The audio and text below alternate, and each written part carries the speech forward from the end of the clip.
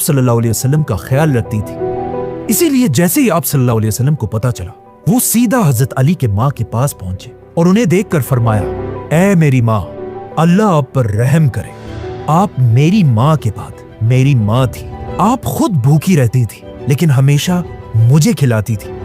آپ کو خود اچھے لباس کی ضرورت ہوتی تھی لیکن آپ ہمیشہ مجھے پہناتی تھی۔ جب انہیں دفنانے کا وقت آیا، آپ صلی اللہ علیہ وسلم خود ان کی قبر کے اندر گئے اور وہاں اللہ سے دعا کی، اے اللہ میری ماں کو بخش دے۔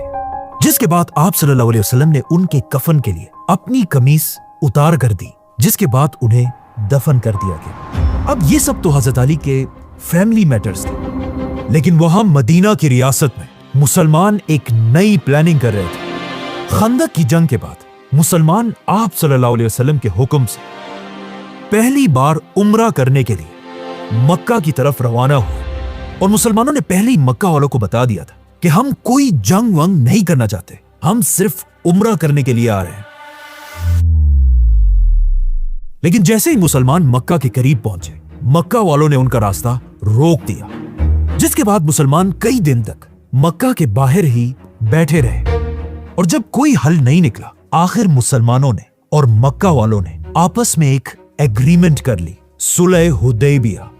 رسول اللہ صلی اللہ علیہ وسلم، حضرت علی اور کچھ صحابہ مکہ والوں سے ایگریمنٹ کے لیے ایک کیمپ میں جمع ہوئے۔ اس اتنے امپورٹنٹ ایگریمنٹ کو لکھنے کی ذمہ داری مدینہ کے سب سے بیسٹ رائٹر کو ملی، حضرت علی رضی اللہ عنہ، اور حضرت علی نے یہ ایگریمنٹ لکھنا شروع کی۔ اور حضرت علی نے لکھا، محمد اللہ کے رسول کے نام سے۔ جیسے ہی حضرت علی نے یہ لکھا، مکہ والوں کا ایک شخص غصے سے کھڑا ہوا اور کہا، یہ کیا ہے؟ ہم تو انہیں رسول مانتے ہی نہیں ہیں، لا نعترف بک رسول۔ اور اس نے حضرت علی سے کہا، اس ایگریمنٹ سے محمد اللہ کا رسول مٹا کر محمد بن عبداللہ لکھو۔